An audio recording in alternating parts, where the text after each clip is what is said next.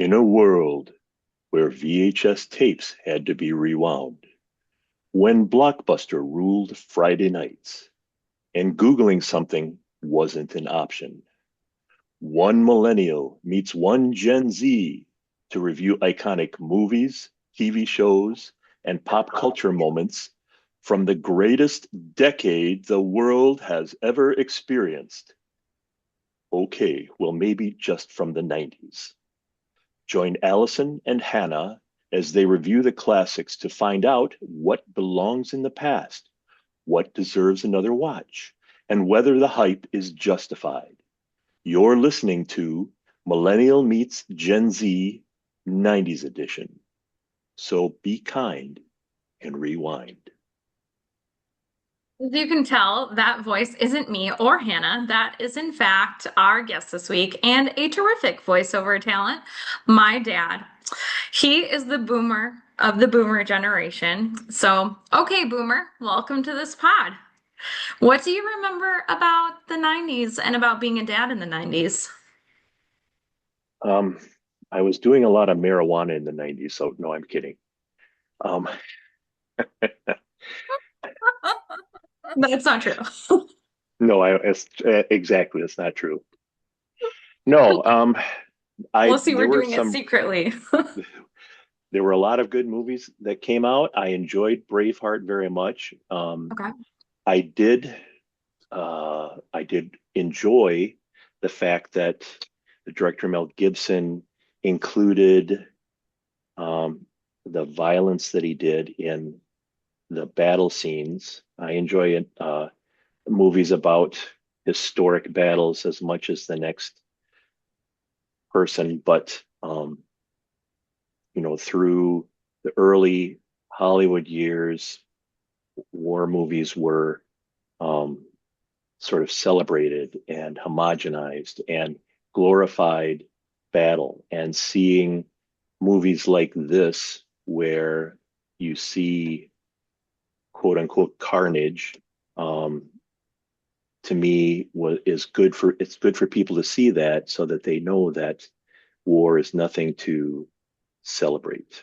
So, um, What were you listening to and like just in general in the 90s? Like what were you watching? What were you listening to? Like what was it like to raise a kid in the 90s where you couldn't track us still?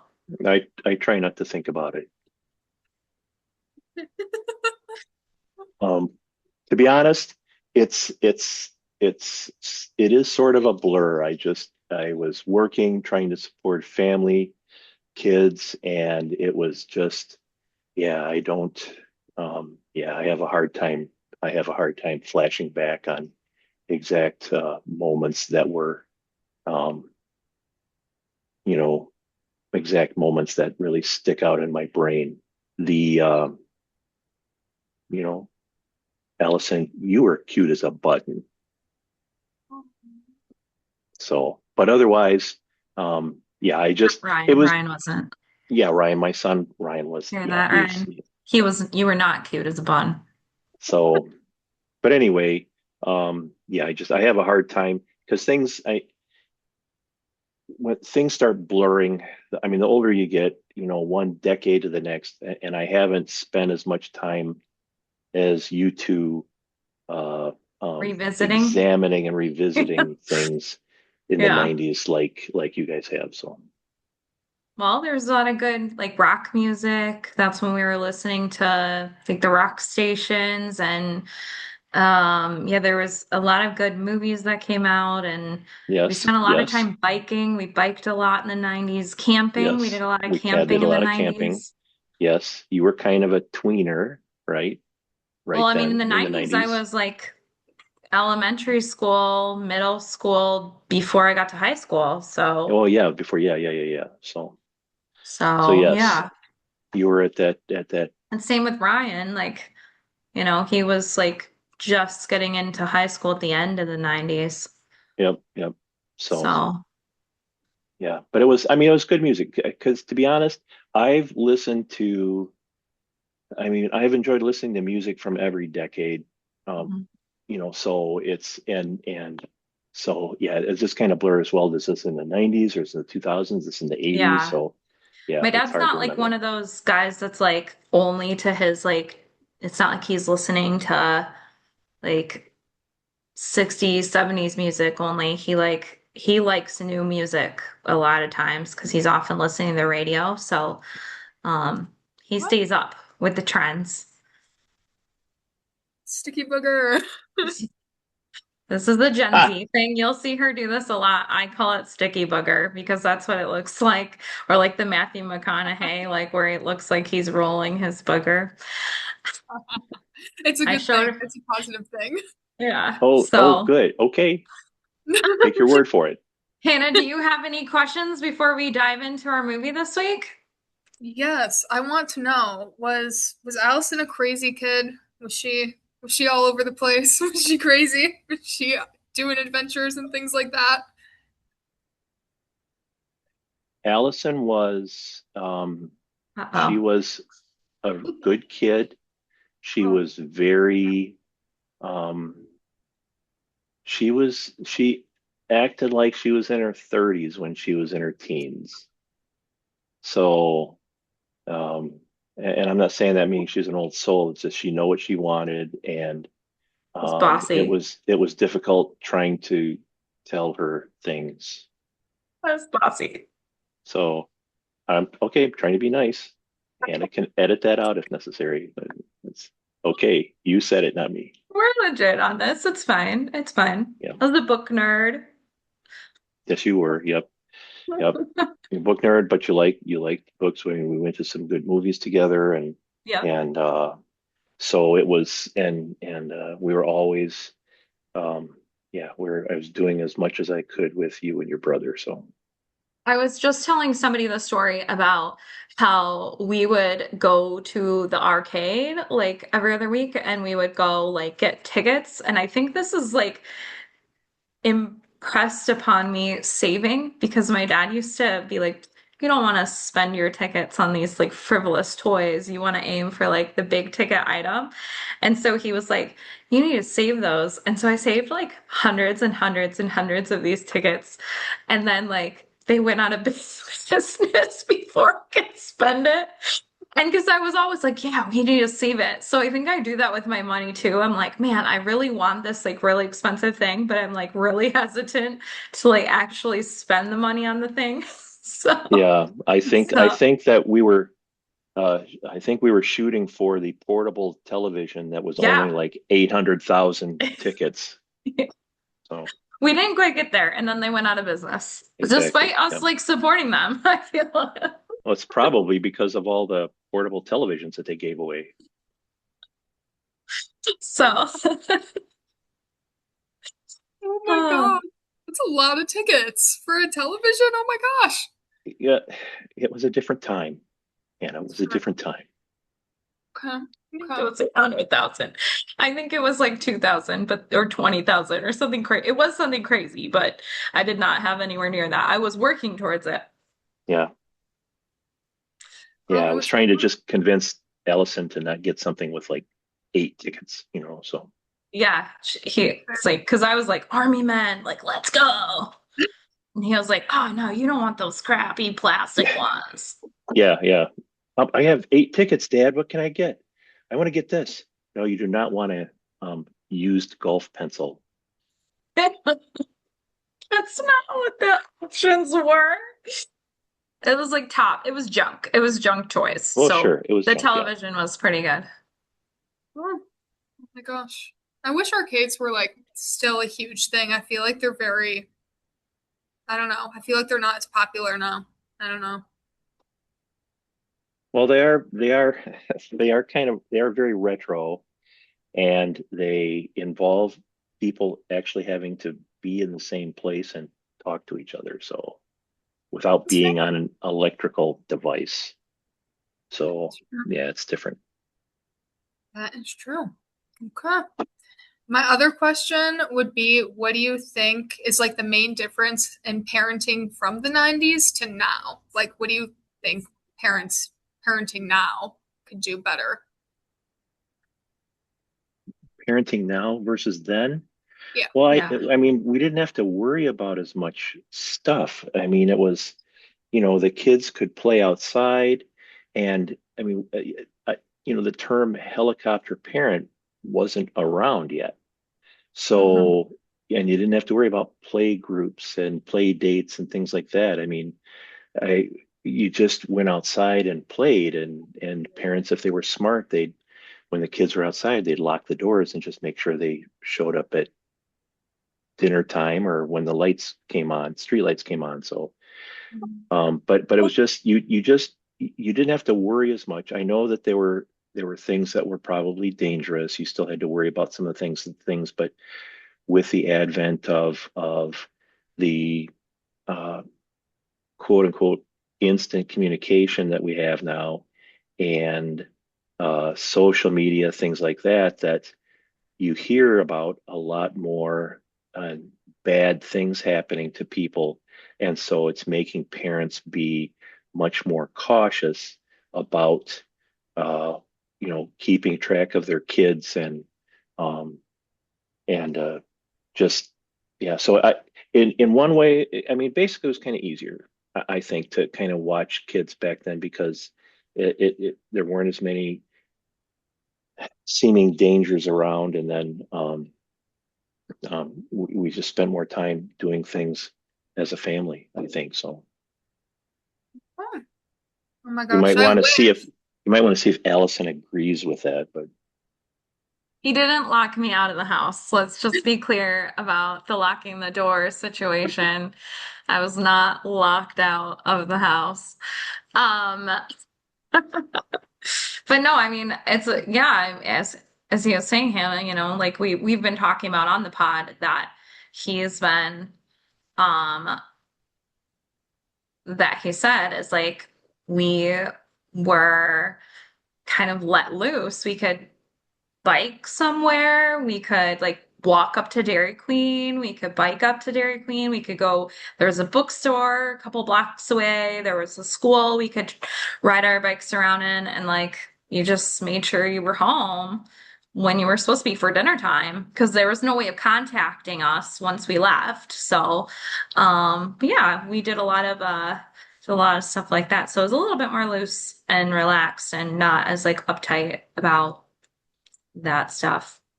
Well, are you ready to dive into our movie this week? Yes. Yes. Okay. oh, I'm sorry. Yes, yay.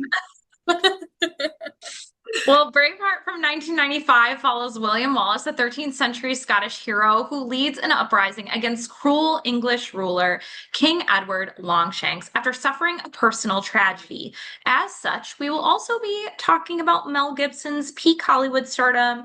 Um, and this movie is available on Pluto TV, Paramount Plus, Peacock, or a rental or a 7-day free trial on all other platforms. So I watched it on Paramount Plus. I was lucky that it was still logged into someone else's account and I could watch it. But it is written by Randall Wallace, no relation, who is most known for writing We Were Soldiers, Pearl Harbor, and Secretariat. But he also wrote The Man in the Iron Mask, which is on our list, Heaven is for Real, and The Point of Honor. Now, it was directed by Mel Gibson, who has directed other movies including The Man Without a Face, The Passion of the Christ, Complete Savages, Apocalypto, Hacksaw Ridge, and Flight Risk. And we'll talk about his acting prowess later. But overall, without giving it away, Hannah, since you're new to this one, what did you think? Okay, so going into it, I was like, okay, it's about Scottish history. Cool. I am traumatized. And on top of it, my computer, within the first 10 minutes, what occurs, I'm not going to spoil it, but the violence that you see, my Yeah. TV was stuck on it for like a solid 2 minutes. So I was Okay. stuck there just staring at my TV like, oh my God, this is great. But I liked the plot. I love Princess Isabel. I like her a lot. I don't know, I like the girl characters as It we. was like romance in the Yeah, movies. I Yeah. love romance, and I don't know, she was just like a bad bee. I loved her. She knew what she wanted and she went for it. And yeah, I really respected her for that. And I don't know, I feel like there were there was another character, Robert, that I actually liked him, although he did something bad. But I did like him for the fact that he was willing to stand up for what he believed in as well. Like, I feel like it was a very good portrayal of people actually giving a crap about the world. You know what I mean? Like, actually caring about freedom, actually wanting Yes. to have rights. And I don't know. I'm not like a big history movie person, but I definitely liked this movie. Just like not the gore. I did not like the gore. Well, I hate to tell you, you're going to see more gory movies and you're going to see more history movies, but we will intermix some love stories in there so that you can get a reprieve.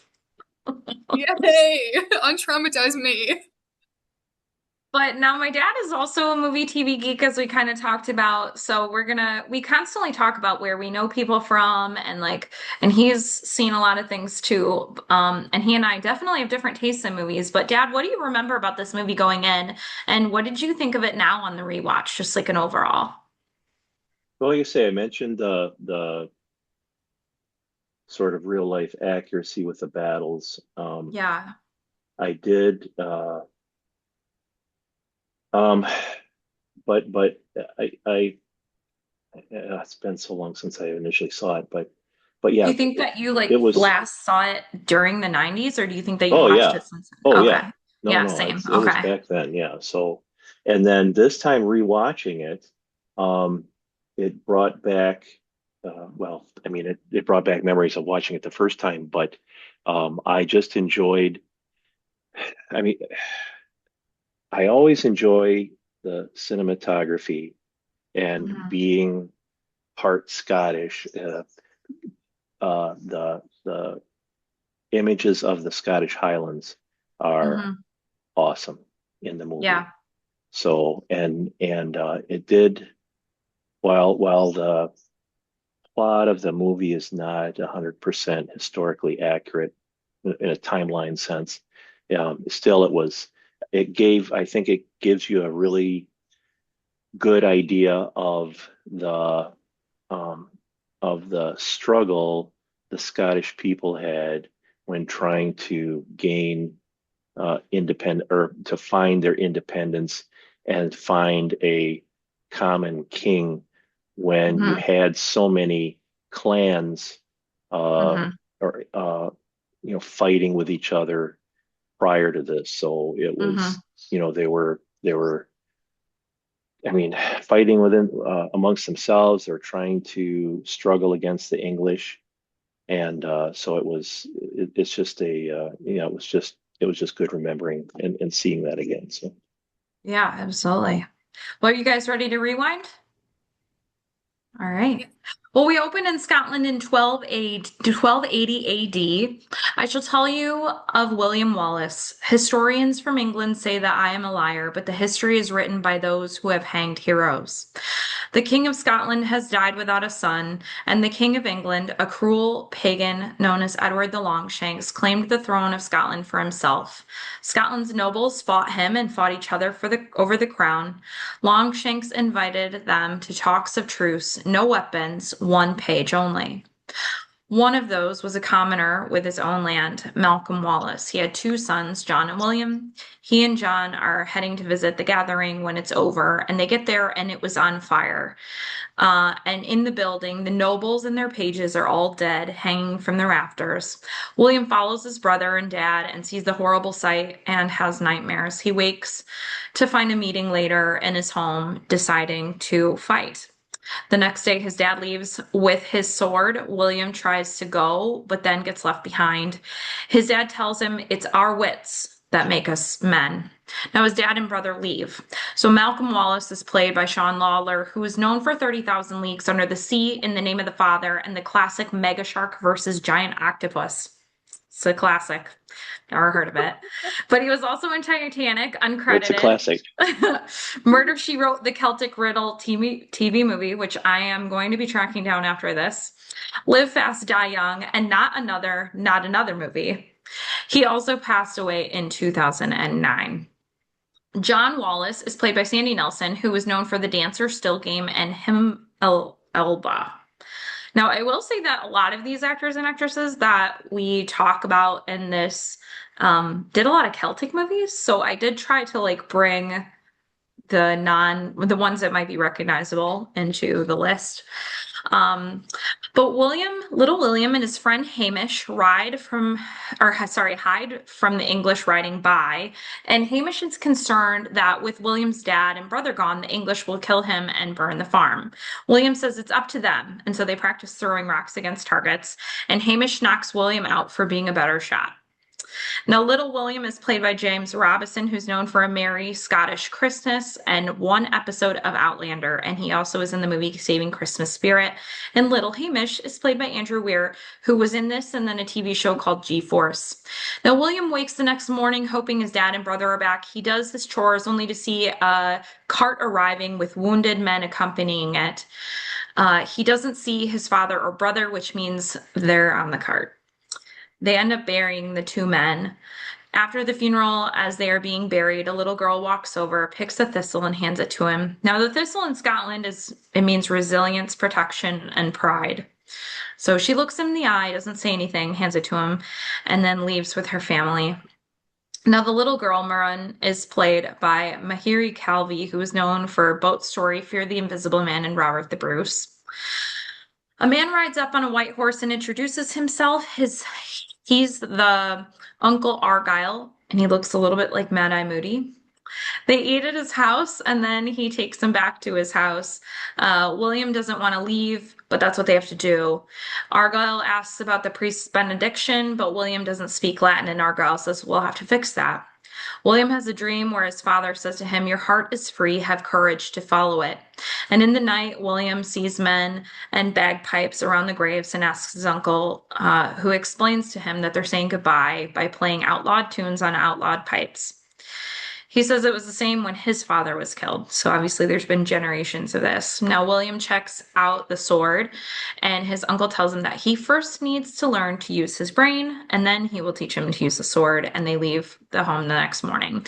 Now Uncle Argyle is played by Brian Cox, who's known for Succession, Troy, X2, X-Men United, and Adaptation. He was also in The Rookie, not Rookie of the Year, but The Rookie, a few episodes of Frasier, The Bourne Identity, The Ring, The Reckoning, The Bourne Supremacy, The Water Horse, Fantastic Mr. Fox, Rise of the Planet of the Apes, Her, Super Troopers 2, and Lord of the Rings, The War of Rohirrim.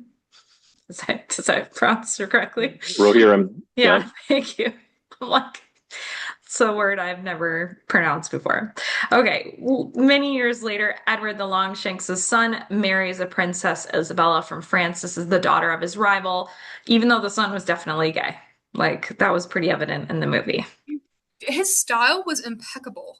Can we just talk about that? Like, his style, I was jealous, and he was obviously gay. His little, like, companion. His little companion. Okay, sure. Well, Prince Edward is played by Peter Hanley, who's known for Ballykissangel, Primeval, and Guilt Trip, and the princess is played by Sophie McRoe, who's known for The Party, The World Is Not Enough, which is a James Bond movie, and LOL, Laughing Out Loud. She was also in the movie Anna Karenina. Now, the king questions how long the French will think England is powerful unless they can control Scotland. The princess comes down to the meeting in place of her husband, and the king says if the princess will rule in place of her husband later when he is gone, then by all means stay and learn how. The trouble of Scotland is it's full of Scots, he says.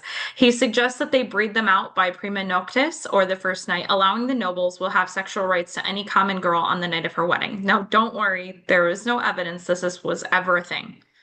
There's no historical evidence that was ever real. That was just a rumor. Okay.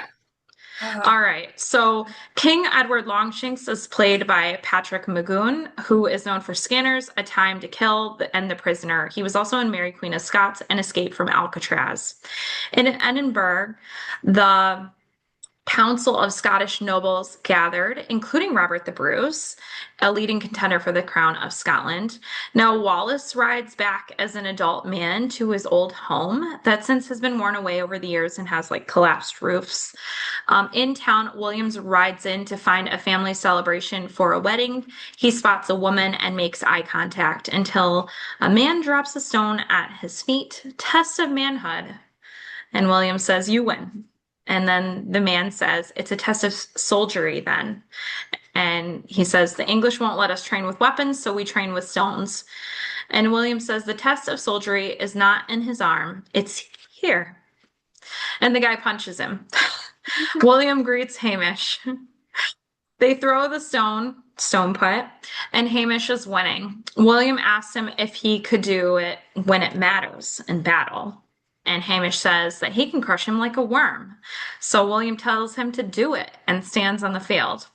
The stone sails over him, and William picks up a small rock and throws it, hitting him in the forehead, knocking him out. Hamish said he should have remembered the rocks. They laugh and greet each other, and William says he should have moved. Now, adult Hamish is played by Brendan Gleeson, who's known for Cavalry, The Guard, In Bruges, The Banshees of Inisherin.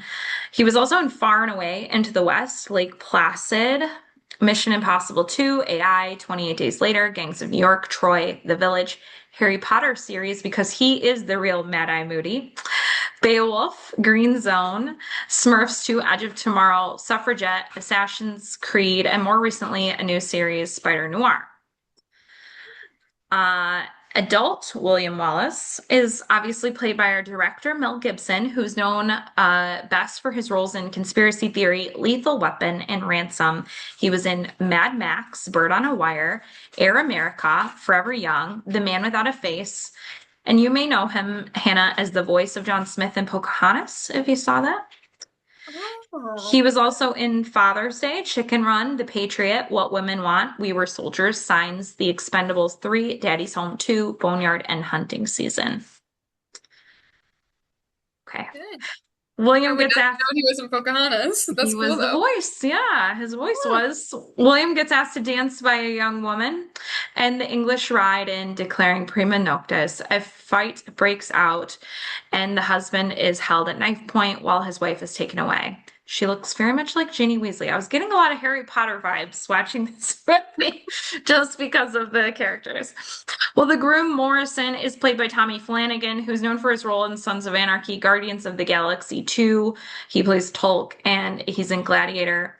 He was also in Face Off, Charlie's Angels, Full Throttle, Sin City, Alien vs. Predator, Smoke and Aces, and a few episodes of Revenge and Westworld. And he's in the new series House of the Dragon. So if anybody's watching that, you will recognize him there. Now, later, William is getting soaked in the rain for not having a roof, and he rides to pick up Murren for a ride in the rain. He says it's good Scottish weather, which is true. They say no the now, as in that means no. And she hops on the back of the horse anyway and takes off. She admits she didn't know who he was at first, and she also admits to him that she can't read. He says he'll teach her to read, and he talks to her in French and brags about going to Rome. He's like really hamming it up a little bit to like try to woo her. He says he belongs here though, despite all of his travels, and he ends up taking her home. He hands her a cloth with a thistle in it before he leaves. It's been pressed inside the cloth, and it's the one that she gave him. So cute. They were so cute. Ugh. You and the romance, oh man. Well, Myrn is played by Catherine McCormick, who is known for Spy Game, Shadow of a Vampire, 28 Weeks Later, and is also in The Weight of Water and My Oxford Year. Well, the next day, men ride up, including Murren's dad, and they're there for a meeting. Murren's dad doesn't think that they're good meetings, but Campbell wants to meet anyway. Wallace says he'll come back. He came back to stay out of the troubles. Like, he doesn't want to get involved.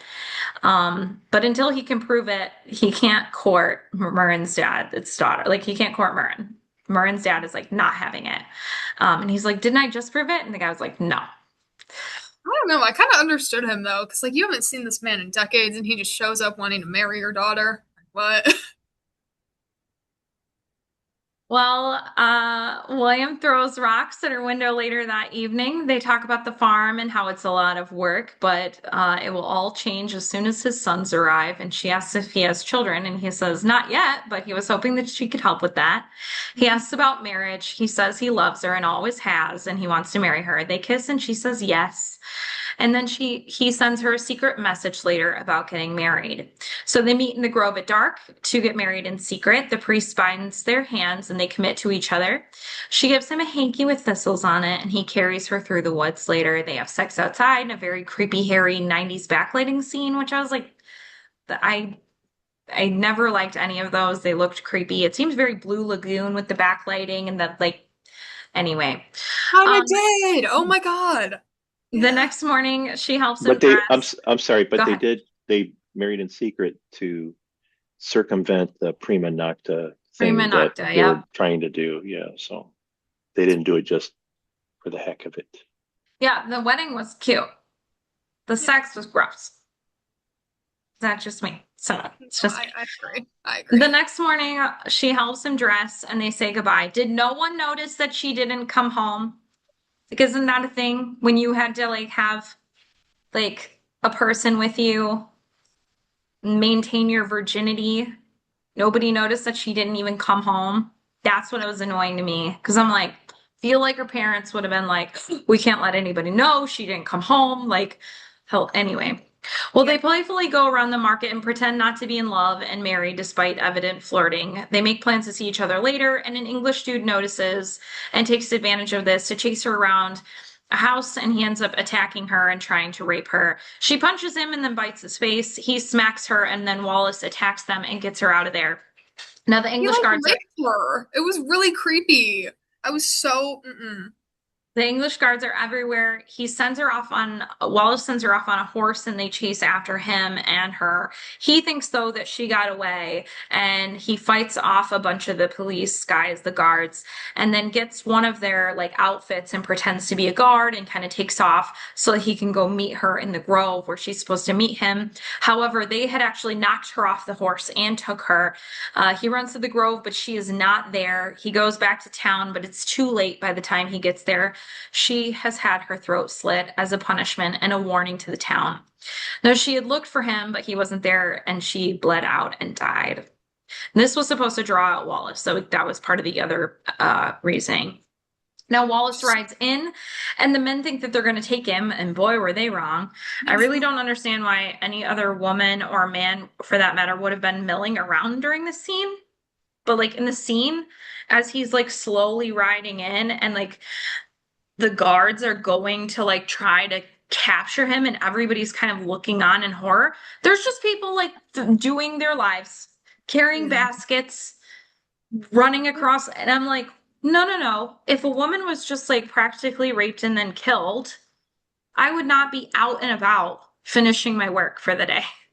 I would be like, Yeah. nope, I'm going home. It would be like a desert in there. Like no one would be there. I don't know. That's just my opinion.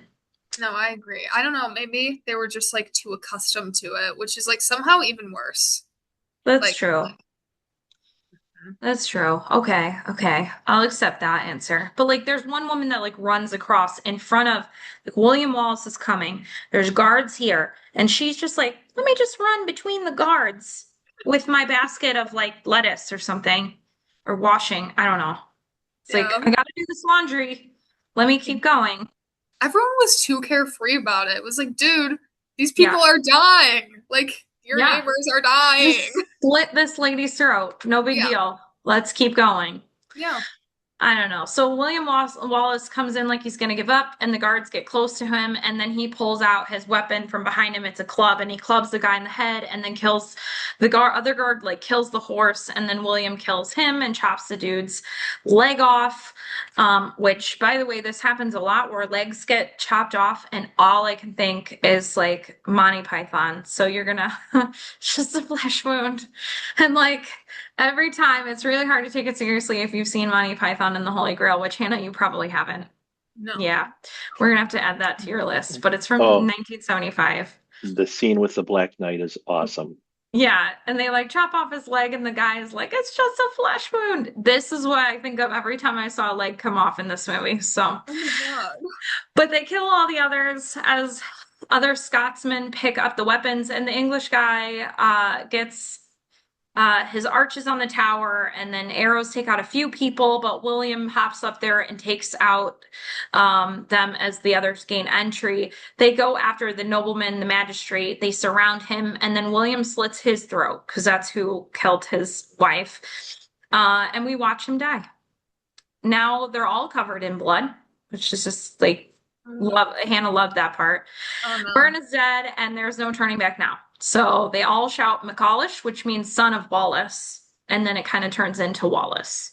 So, because he is now the new Wallace. He was the son of his father, and now he's Wallace. Okay. So they bury Murrin. William kisses her face for being dead. Rigor Morris apparently hasn't set in this movie because she just folds as they pick her up. And I was like, that's not real.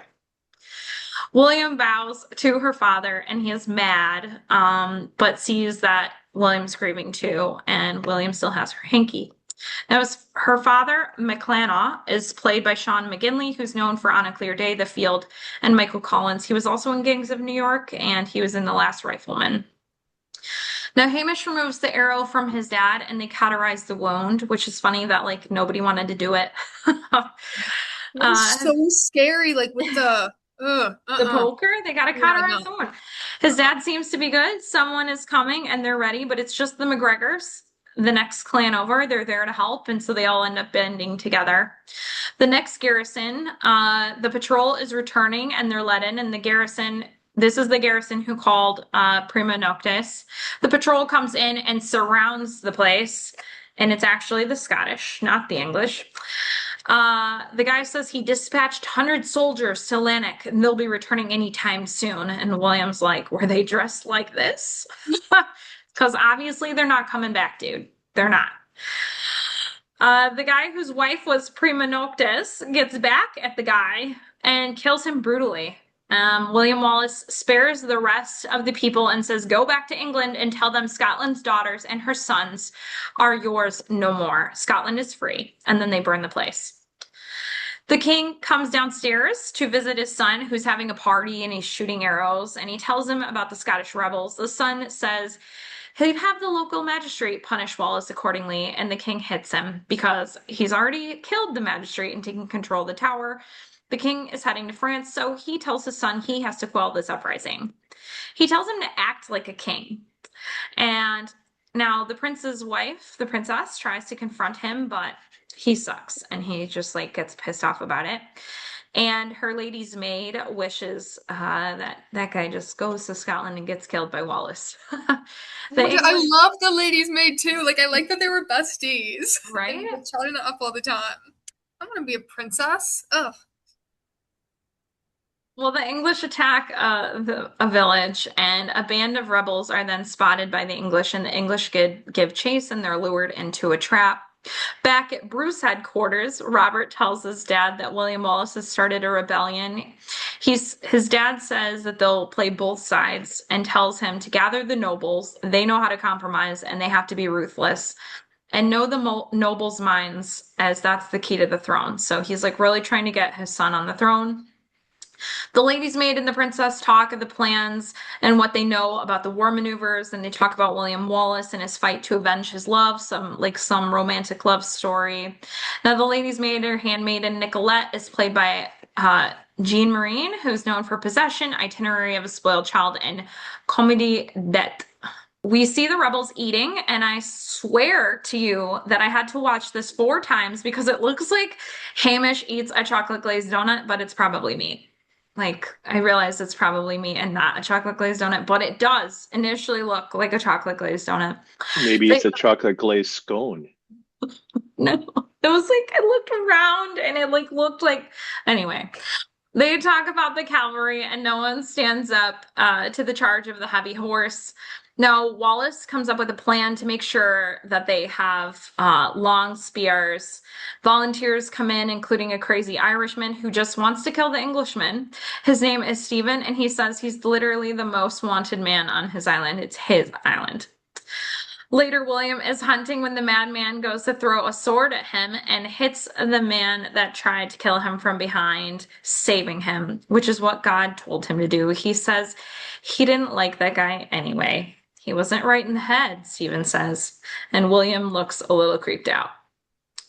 Now, Stephen is played by David O'Hara, who's known for The Departed, Cowboys and Aliens, and Doomsday. He was also in Hotel Rwanda, which we talked about before, and it's a movie we'll probably end up having to see at some point. Tristan and Isolde, The Tudors, Harry Potter and the Deathly Hallows. Few people were in Harry Potter. Agents of S.H.I.E.L.D. and Horizon and American Saga. Another day, the English have swarmed in, and William gets word that the nobles will not commit to battle and the Highlanders are coming down. So at Stirling, the English have maybe like 300 or more horsemen and lots of people. So they want to negotiate so that the group can just go home. And honestly, when you're looking at this, like these nobles look pathetic. They are not very tough at all. They look old.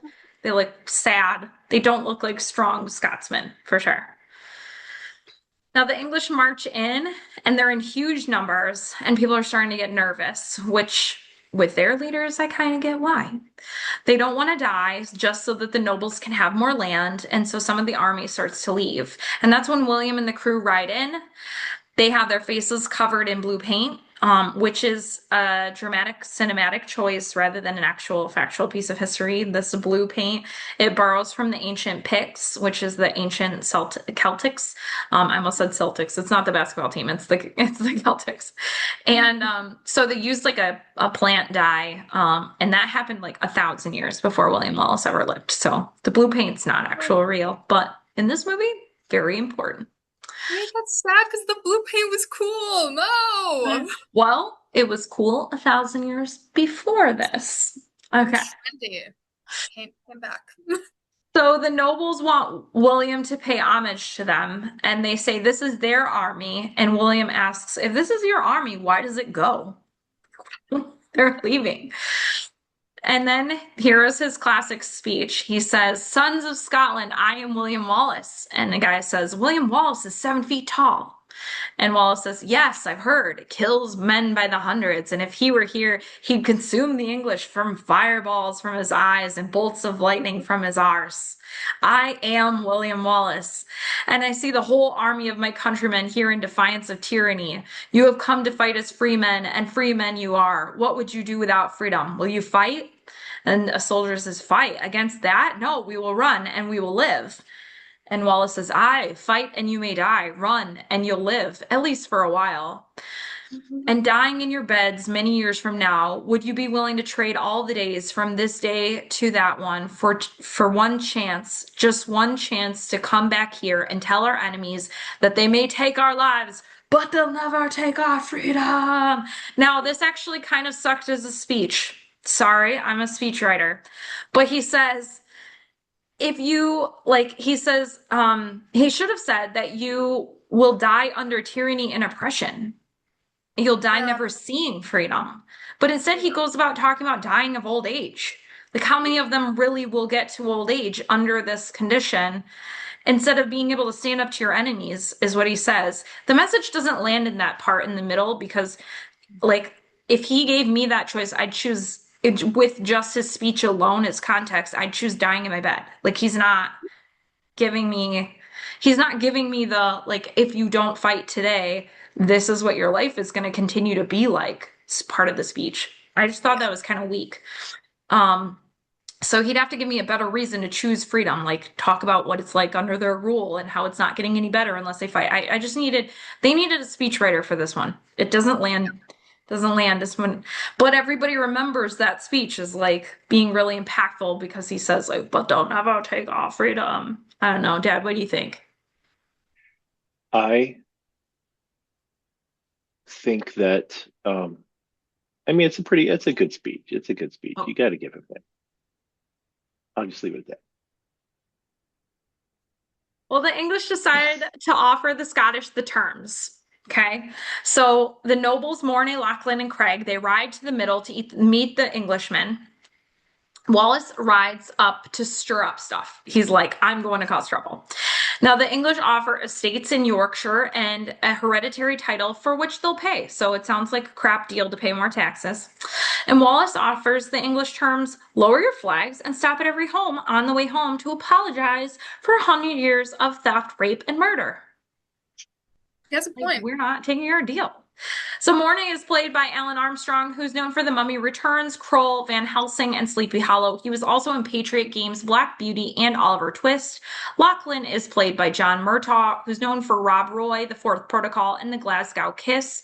Craig is played by John Kavanagh, who's known for Alexander, Florence Foster Jenkins, and The Black Dahlia. He was also in The Informant and The Tudors. Now, the English give up on the negotiations after Wallace is just like poo-poo on you, kind of. Now, Wallace tells the nobles to ride around and flank them, with the English seeing them do it and then take out the archers on his signal. So the English call out their archers, and these long arrows were like historically very effective in battle. So what we see in this movie, that's really accurate. That's why they had archers, and the long arrows were super important to a lot of wars. Now, the archers would shoot together in massive groups and they'd cover a wide area rather than aiming at a single target. And then these skilled archers could actually shoot like 200 to 270 yards, hitting the enemy before the close combat could begin. So you'd be able to like not have to have as much close combat. And a trained archer could fire about 10 to 12 arrows every single minute, creating these continuous wall of projectiles. No, so I was surprised that they were like in the sky and were still able to hit people. because it's long and it's like overreaching, and that's what they were designed to do, is go a far distance. And they were, And there were like hundreds in the yes, air simultaneously, so it's kind of hard to step aside and miss one. yeah. Now, the first set of arrows in this movie, they hurt, and Stephen the Irishman says he's good, God's got his back, but Wallace might not be good. Like, sorry, dude. Which kind of gives him a little bit of the creeps. The men end up mooning the English after the first wave, and then the second set of arrows takes out many others, including one guy in the pot. Wallace signals the nobles to ride, and the English send in their cavalry. Now, the Scottish pick up their long spikes that Wallace had planned for, but the men on the horses also had long jousts, so I didn't understand this scene because, like, how long is a spike compared to the joust? Because it honestly looked like close to the same, like the jousting pole. It almost looked, the length looked almost close to the same, and so I was like, why wouldn't they also be hitting? Maybe it's because it's high up and you have to like I don't know. But on the Well, second watch, okay, it seemed a little sketchy. if you're jousting, then you're basically trying to just get the horse rider off of his horse. I know, but he wasn't going after riders. They had them I while know, they were on there. but the Scots didn't really have Yeah. the number of horses that the English did, and so they were trying to, okay, animal lovers beware. They're Well, trying I'm to just saying kill the like horses as the well as trying to get the yeah, riders because they wanted to remove right. that threat. I just mean like they looked the same length. The long spears and their jousts like looked the same length. So it almost seems like They're they called could have reached lances. each other. Thank you, You're Lance. welcome.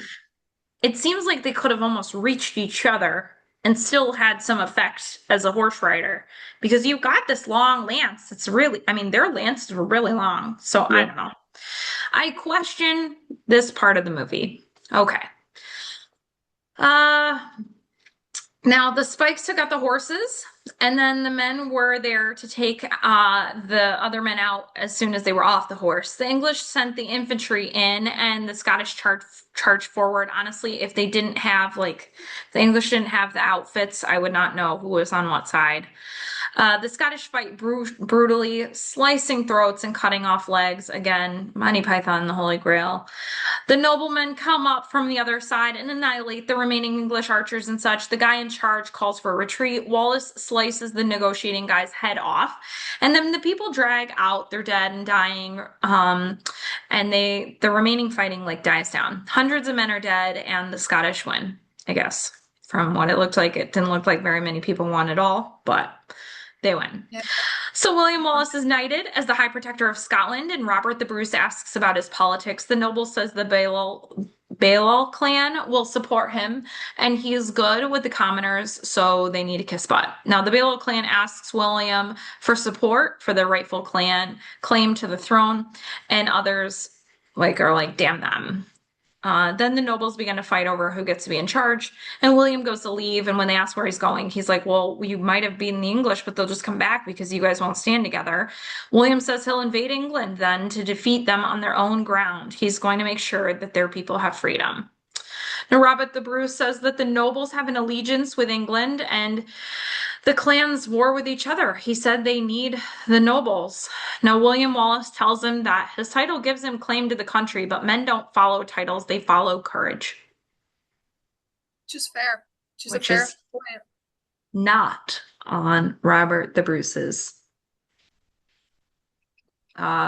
little family saying, I guess. He tells him if they just led the people to freedom, they would follow him, and so would Wallace. Now we're in York, and we see a cousin of the prince who looks like an angry Anglo-Saxon Jesus, who's begging for troops. Wallace advances on the next fort in the north of England. They try to force their way into the fortress with a battering ram as archers take out the men below, and they pour hot tar on them, and then they light them on fire, which is just devastating. And then the men at the battering ram are struggling and on fire. They did not get the message about stop, drop, and roll. William Wallace runs down with his team and pushes the on-fire battering ram into the door and then pushing it through and lighting the place on fire. Now back with the prince, the king comes in and the prince says he'll stand up to him as his lover stands alongside. The king asks what's the news of the north, and the prince says he doesn't know, and the king says he heard that this news in France, so they do know, and that the entire northern army was annihilated. There's an urgent message from York. Wallace has sacked York, and the head of his cousin is delivered in a basket. If you can sack York, you can invade Lower England, is what the king says, and the prince's boyfriend speaks up, and the king asks him why he's talking, and the prince says he declared Philip his high counselor. And the kid says he knows about the arts of war and military tactics. And then walking him over to the window, the king asks him what advice he'd offer him, and then he pushes him out the window to his death. Guess he wasn't skilled on flying. Philip was played by Steve Billington, who's known for Resident Evil, Coronation Street, and Tulse Looper Suitcases Part 3. I don't even know what that movie is. Now the prince is mad and his dad beats him up. The king says he'll offer a truce and he needs to send someone. It just can't be him or his gentle son, as it could be their heads in a basket. So he decides to send the princess. Now William is sleeping later and he sees Murren in the woods in his dream. She tells him to wake up and he wakes up to hear that the royal guard has come with truce banners. Now it's the princess. She's the Princess of Wales.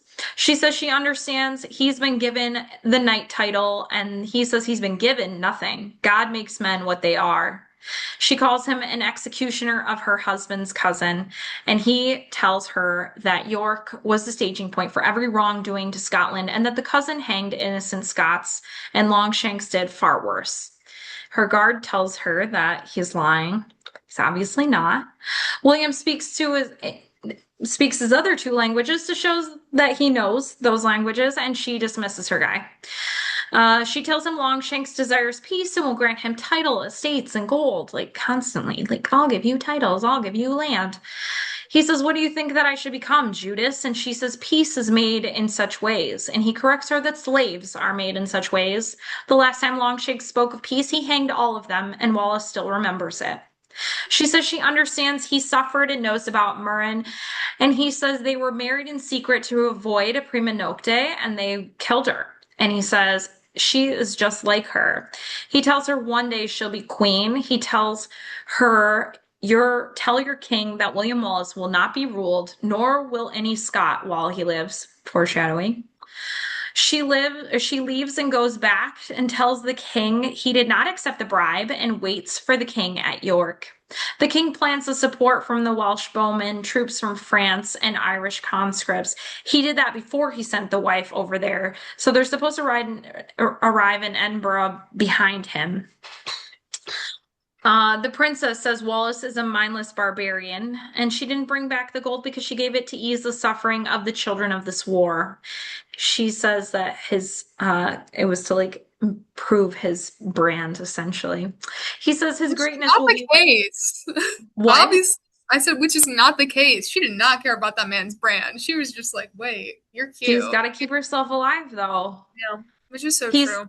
he says his greatness will be when Wallace returns and to a burned down Scotland. That's when he's going to feel great. So later we see the lady's maid approaching Wallace's camp. Hamish says to Wallace, the personal escort of the princess, you must have made an impression. I didn't think you were in the tent that long.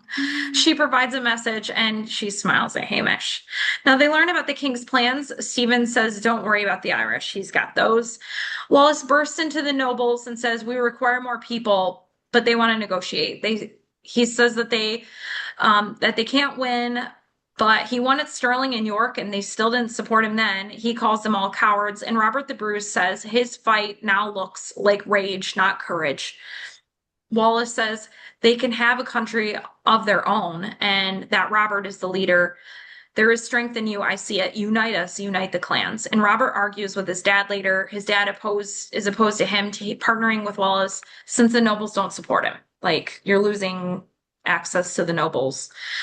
I hated Um, his dad. you're not supposed to like his dad. His dad. He's the bad guy. Yeah, no. Well, the Scottish prepare for the battle at Falkirk, and Hamish said Bruce won't come, and Wallace says Mornay and Lachlan at least have come, and Bruce will be there. The king sends for the Irish first because they cost nothing, where the archers actually cost money. So the Irish and the Scottish run at each other with the infantry behind them, and once they get to the middle, they shake hands and actually welcome each other. And the Irish switch sides. The Scots set off flaming arrows and separate the horses from the infantry, causing many to catch fire. Now, the Scottish run at the English and French infantry. Wallace waves the flag for Mornay and Lachlan, but they do not come. Instead, they turn around because the king paid them off, which is stupid. I don't know why their group would turn around too. Like, are they spreading that wealth around to the other people? Because I would be like, screw you. You're getting that money. I'm not. Literally. Well, the king sends the archers and doesn't care if they hit their own troops, which kills that groom guy. And the dad also gets stabbed. They send in the reinforcements and asks for Wallace alive if it's possible. Dead is just as good. And Wallace gets hit with an arrow, but he fights and goes after the king, and Stephen follows him. Now, Wallace catches up with a man protecting the king with a lance, and Wallace gets knocked off his horse. The man gets off the horse to check on him, and Wallace pretends to be hurt and then takes the guy's helmet off to find Robert the Bruce. So he was there, he was just on the other side.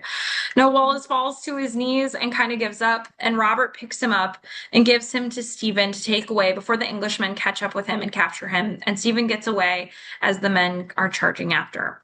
Robert the Wallace's Bruce. reaction when he was like laying there in the grass, just staring at Robert, like Yeah, because appalled. he's like betrayed, and this is the guy Yeah. that's supposed to lead them and become king, right? In Yeah. this movie.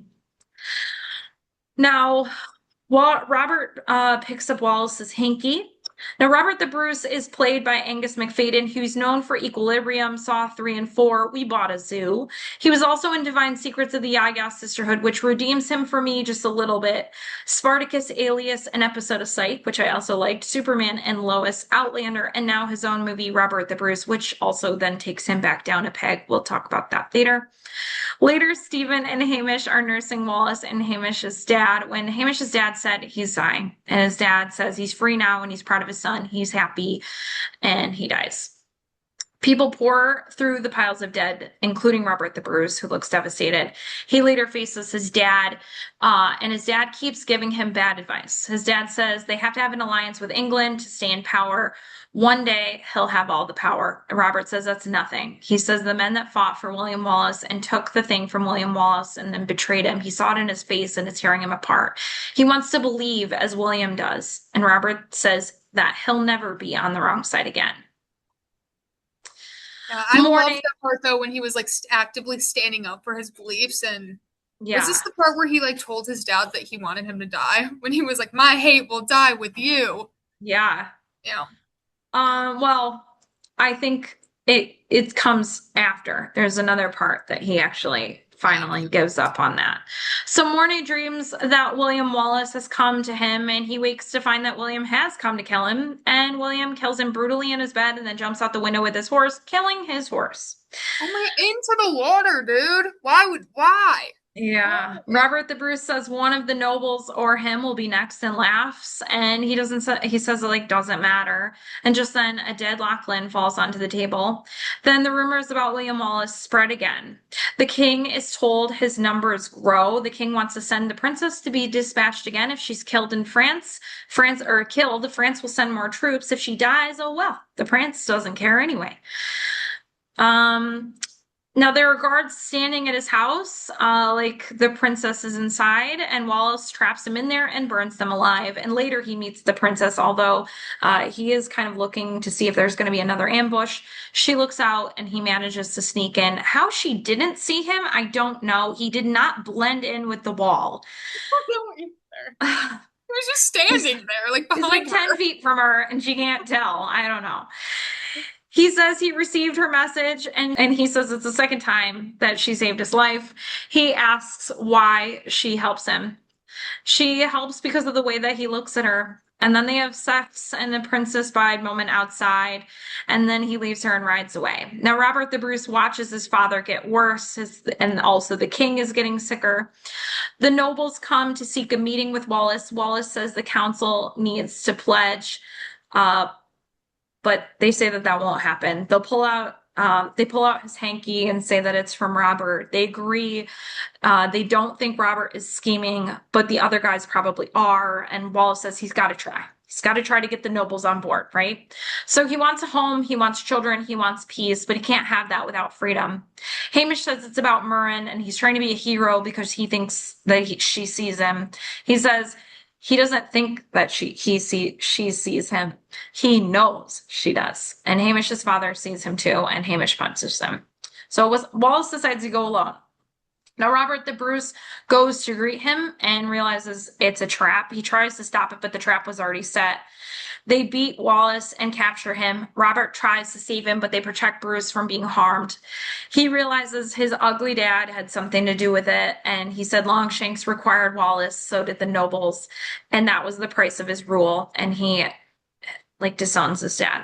Now, his dad's, like, definitely a narcissist and a gaslighter, right?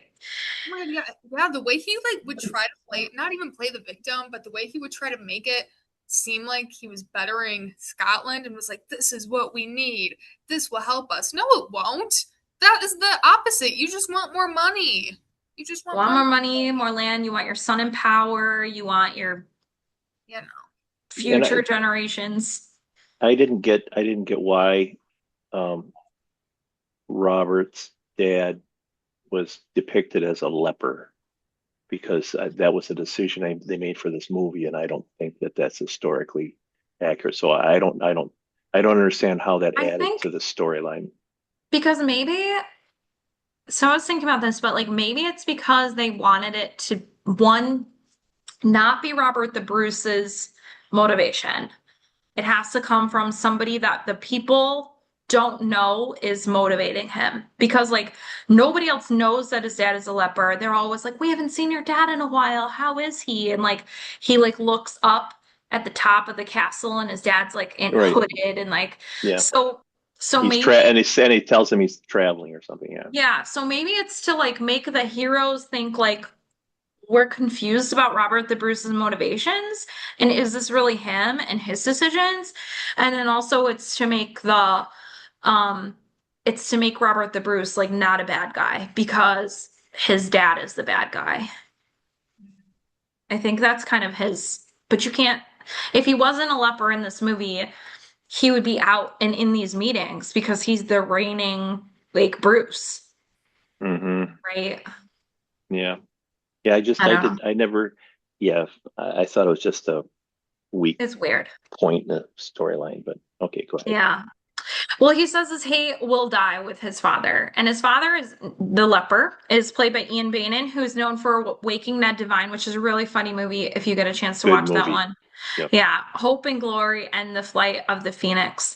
Now, William Wallace is put before the court and told to beg forgiveness and allegiance to his king. And he's like, he's never going to swear allegiance to that guy. He's not his king. They'll tell him he's going to be purified by pain, a slow death. And he's like, cool. That's what we're doing. Now the princess demands to see him. She begs him to beg forgiveness so he'll be saved. He refuses. She tells him to drink this poison to numb his pain. He says, okay. She pours it in and kisses him, and then he spits it out after, and she leaves. Now, if you were going to take a a drink to like numb your pain and then somebody kisses you, they're going to also have all their pain numbed. Like, I don't, like, it's Well, not like he he didn't swallowed it. well, it's not like he spit it back into her mouth. I know, but he He has just it in his kissed her. mouth and he Yeah. just drank it. So she's just like, she wants a hit of that medicine too. I don't But know. no. Give me some of that. It was weird. It's very Romeo and Juliet, but also very weird. Well, he spits it out after she leaves. So she goes to the king to beg for the life of William Wallace. He refuses. He can't speak anyway, but he's also incapable of mercy. His son says the one comfort he has is to know that Wallace is dead. She whispers to the king that death comes to us all, but that she's pregnant with Wallace's kid and that his son won't sit on the throne for very long. She swears it. I loved that her man was there. Her gay man, was there while she was telling his dad that I don't think he heard. I don't think he heard though. Yeah. But like that's even funnier because she was like whispering it. But that's even funnier. Yeah. Like just standing there watching. Like yeah, he's like, "What is she saying? What's happening?" yeah, he looks so confused. Wallace is Wow, brought out. Hannah, you have a little mean streak to you. I'm telling you. Yeah, A little bit. she does. She does. She's a meanie. Wallace is brought out chained up and on his knees. The crowd gathers to watch him die. They throw rotten vegetables at him. They haul him up, practically hanging him. His friends look on in secret, and then they stretch him by tying up his arms and legs, racking him, pulling him apart slowly. They tell him to cry out for mercy, and he doesn't. He screams freedom instead. He sees Murren, and then they end up beheading him, and he drops the hanky. Now, his body was torn to pieces. His head was on London Bridge, and arms and legs were sent to the four corners of Britain to be a warning. It didn't work. Robert the Bruce then riled an army to take his kingdom. Why did he go to battle with the guy that betrayed him? I have no idea. Like Craig, like in the next scene, Craig, the guy who betrayed him and like captured William Wallace, was alongside him. So it's just like, I don't know if he needed his guys, but they're like at battle together, like they're in battle together. Like that, I would have killed that guy. Robert the Bruce says, "You have bled with Wallace, now bleed with me." Hamish threw the sword out there, and then they all fought for Wallace. In the year of our Lord 1314, the patriots of Scotland, starving and outnumbered, charged the fields of Bannockburn. They fought like warrior poets. I don't know what that means. They fought like Scotsmen and won their freedom. And that is the end. So before we talk about some real Scottish lore versus the movie, what did I miss? And Hannah, what's your rating? I'm rating this one a 7. A 7 out of 10. Oh, because of the blood and guts and gore. See, like if there was not as much gore, it would have been like a 9. But I can't do gore. Gore, like there were some parts of it, like the very, very end. I had to put a blankie over my face. I was a little scared. I'm not gonna lie. What would you rate the movie out of 10? Out of like all the movies you've seen? Well, I mean, I would rate it probably at least a 9. I mean, it did win the Academy Award for Best Picture in '96, and like I say, cinematography was great. I thought the acting was very good. Again, historically, there's some artistic liberties that were taken, but yeah, I thought it was a very good movie and deserved to get that Best Picture nomination and award. Yeah. Hannah, what do you have for your notes? So I actually have like questions, but a lot of them are about like Scottish lore. Like, was the clothing accurate? I was gonna ask about face paint, so I'm not gonna ask those. But I have questions, and I'm sure those will get answered. So I was curious about like the flannel. like pattern? I was curious if like that's Oh, like an actual a Scottish. It's tartan. tartan So, yeah, so tartans are distinct to each clan. or Each quote unquote family. They may not family. have like always the same last name, but if you're a member of the clan, then you Hmm. are wearing the The clan tartan. tartan. Hmm. Oh. So, there is actually like a registry of tartans. You now today you would have an ancient tartan, which would be from around this time. If your family went back that far, you would have a modern tartan pattern. So a tartan is not just colors; it's like a specific pattern. It could have like stripes. It's obviously like flannel. And there's a variety of different patterns. And then you would also have like a hunting pattern, so something that's maybe not as bright or flashy that you could go out hunting.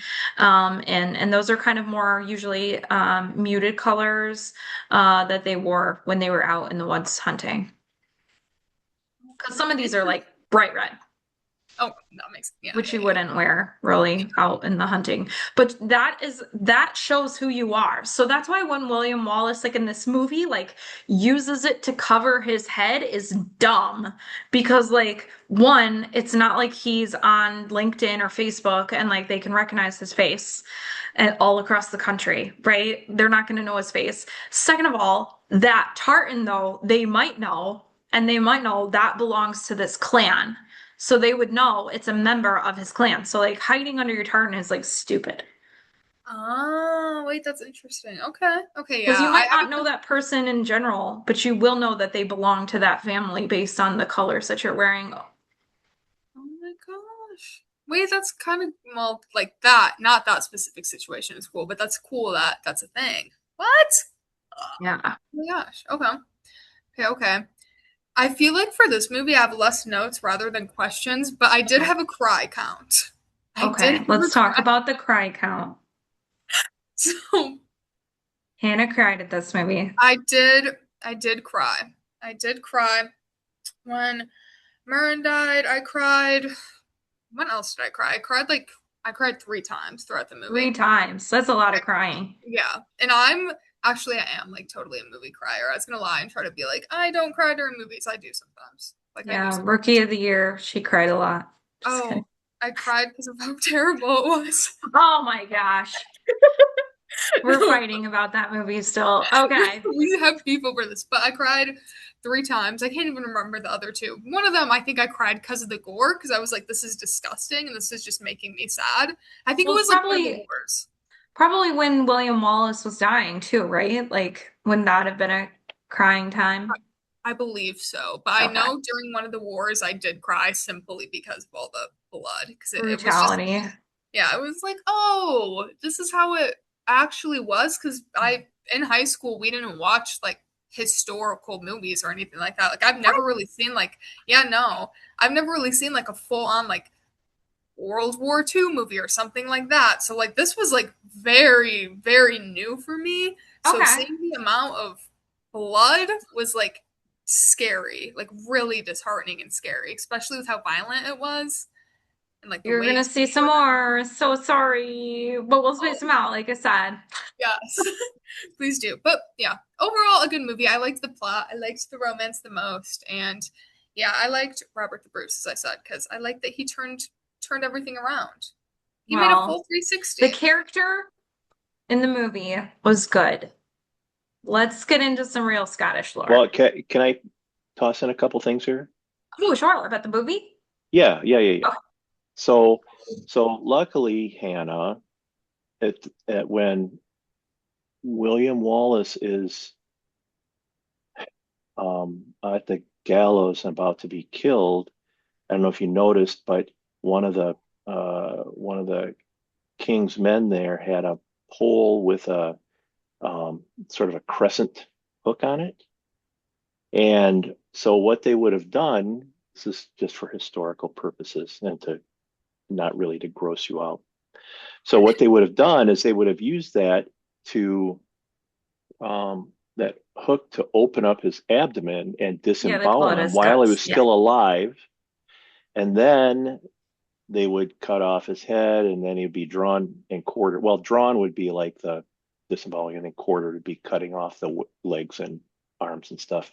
So yes, it was gross, and but it was a common way of killing people back then. So the other thing I wanted to point out was that before we start getting into stuff, and I'll make this quick.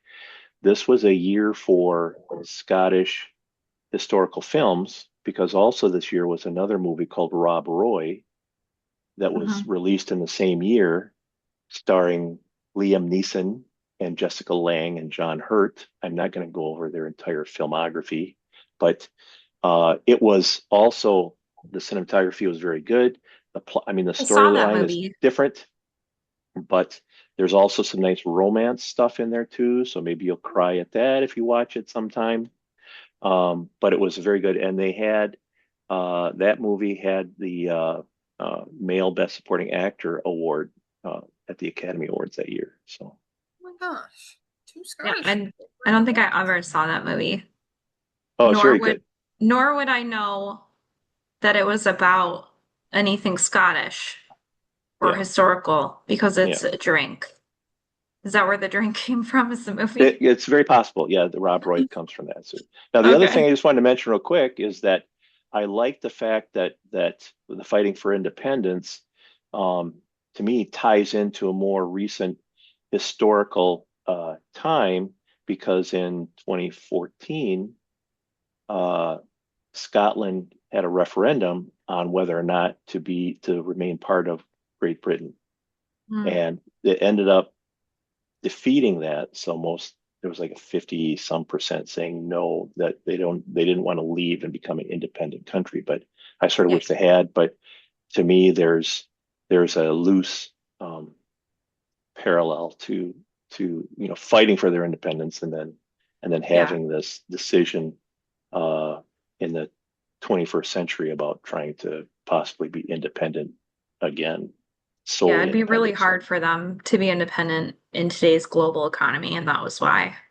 well, yeah, but it was Yeah. also the Brexit during the Brexit Yeah. thing too. So, So before I get into Scottish lore, I do want to mention that no horses were hurt in the making of this film. I think that was really important that I do mention that. that you know of. No, I did research this. Many of the horses that actually we see were in the battles or the fights, those were mechanical. And that any actual live action were like nowhere near anything that they had going on. So I was really surprised because I did a lot of research on that and that was very important in their movie making. So that was a big thing. Now let's talk William Wallace. So William Wallace was born just east of Glasgow in the central lowlands. His Glasgow. Glasgow, sorry. The real William Wallace was the son of a minor knight and Scottish landowner. He was not a poor farmer. So I just want to be clear about that. He did lead the stunning victory at the Battle of the Stirling Bridge, along with Andrew Moray, who was completely omitted from this movie. Like this was a major guy in history that like they didn't even include in this movie at all. And then he later suffered the defeat at Falkirk, as we saw. There's no evidence that he was ever married. But there is a poem that implied that he was like 200 years later, which is weird. And then they gave her the name of Marion Braidfoot, um, which is like why there's like this Murrian or Murran character in this comes from this poem that was like made 200 years later. Oh, He did not have a relationship with the princess because she was only a baby, and that did not happen. And Braveheart was not his nickname. That was actually the nickname supposedly given later to Robert the Bruce. Some other, you're going to cut that out in a minute. The Battle of Stirling was actually the Battle of Stirling Bridge, as I just mentioned, but being on a bridge was too hard to film, so Mel changed it to be more like the Battle of Falkirk in style, which was funny because there was like a quote about, they were going to have they would have encountered problems filming it they were like filming it they would have encountered problems and this English guy's like yeah the English or the Scottish guy was like, yeah, the English found that too, that there were problems in that bridge. Um, Now, historically, Bruce never betrayed Wallace. They actually operated in different political circles completely. So, like, let's set the record straight on Robert the Bruce. And if you are a Bruce, go find another podcast because this ain't for you. Now, Robert the Bruce was a cousin of King Longshanks, so he was actually his cousin. His motivations were strongly driven by his own, not his dad's, self-interest and family ambition. He was indeed he was a high-ranking nobleman. He played a calculated game of survival and political maneuvering. He did early on raise a rebellion at Irvine, but he was quickly squashed. And after that, he was keeping a low profile of his ancestral home at Turnberry Castle. The Bruce family did own a massive amount of land in England as well, including Carlisle Castle, and he spent a lot of time on the royal court in London. So he was, he was in Scotland during a lot of this time, but he was closely tied with England. I don't like that he was the cousin. Okay. Yeah. Well, the whole idea for him was not his father's doing. It was more about he wanted to be king of Scotland. So he was going to be on whatever team would get him there. Okay. So during the Battle of Falkirk in 1298, when the defeated Scottish army retreated, he did burn the town of Ayr to the ground. He did this specifically to deny shelter and food to King Edward I's advancing English army, forcing them to go back south. He did, though, temporarily surrender all of his lands and everything to the king in 1302 to protect his land, to protect what he had. He did surrender his everything to the king. Especially since there was a push to put John Balliol on the throne during the time between Wallace's defeat and his execution. So during that time, he was like, we're on the losing team, so I'm going to surrender to the king, and maybe that'll keep me in potential future power. He did not believe in John Balliol's line. He wanted the throne for himself. Okay. So John Balliol was the king, that was the family that kind of fell and then was supposed to come back into power if they won. And he was like, no, I want to be the one who wins. So selfish. Very selfish. Yeah, a little bit, yeah. So Robert the Bruce, like I said, he didn't want that. He wanted that throne for himself and his family and his future line and everything. And his rival, the more rightful heir to the throne, John the Red Comyn, stood in his way. So he called a meeting at Greyfriars Church and he killed him. Now, John the Red Comyn was the one who successfully negotiated peace and preserved Scotland's traditional laws, liberties, and customs in 1304 for Scotland, and he had a stronger legal right to the crown than the Bruces did, which is why he took him out. Red Comyn was the nephew of King John Balliol. So Balliol would take the throne, and then the Comyns would be the rightful heirs. And Robert the Bruce knew that as long as Red Comyn was alive, the majority of Scottish nobility would back the Balliol line, and leaving Bruce with zero chance of becoming king. So they did not have that character at all in this movie either, because it would just be too complicated. Now, they did put that in a movie called The Outlaw King, but when Robert the Bruce later takes power and becomes the last king of Scotland, history kind of gets rewritten to be very nice about him. So you will still see a lot of blogs and things like that are out there that are still pushing this Robert the Bruce is the best person in the world line. And it doesn't really tell the full truth and the full story of everything. He did do some good things, but the victors write the history. Yeah, and that's what's crazy is because in the very beginning of this movie, his character is doing the voiceover and the narration, and he's the one that says that, which I thought was very interesting. He says, what does he say here? Hold on, I'm trying to find it.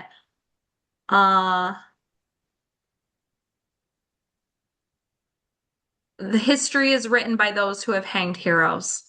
Mm-hmm. So that's that's a little bit more about that. Now, they do mention in this movie that the English didn't let them have weapons, so they made their own, which is important because I actually still go watch the Highland Games, and they actually use the weapons in sports events that they used to use, like the caber toss, which is essentially a big branch of a tree Trunk of a tree. trunk of a tree. It's huge. They also do the hammer throw. They also do a stone put. My dad goes with me often as well. So we will post some photos of those sports up on our socials so everybody can see, and a video to see what a caber toss is like. But that is still celebrated, and it is still something that you'll see. So throwing heavy weights, like we saw in the movie when he and Hamish were competing, is actually something that you'll still see today. So, any further thoughts? Oh, I researched Princess Isabel, and so turns out she did kill her husband and did take the throne, which I was That's like, good, when I Sneaky found that Boomer. out, girl power, yes. I Although like she her was even more. she was live later than this movie. Yeah. But Yeah, good for her. Yeah, she did have an affair, killed her husband, but like great things. Powerful woman. Okay, girl. Yeah. Yeah, but you'll never see a princess like that in a Disney movie. So Right? I See, mean, she's they my new should. favorite princess. Like I aspire to be her. She's iconic. I love her. Her little gay husband, I loved that. Oh boy. So funny. Well, anything else before we move to our next watch? Okay, well, our next watch is Now and Then. It's from 1995. It's a coming of age film that follows four childhood friends who reunite as adults in 1991 to support each other as pregnancy brings them back together. The main plot flashes back to the pivotal summer of 1970 when they were 12 years old, navigating first crushes, family turmoil, and a local town mystery. Well, that's it for Millennial Meets Gen Z. Thank you for hanging out with us and rewinding this 90s movie.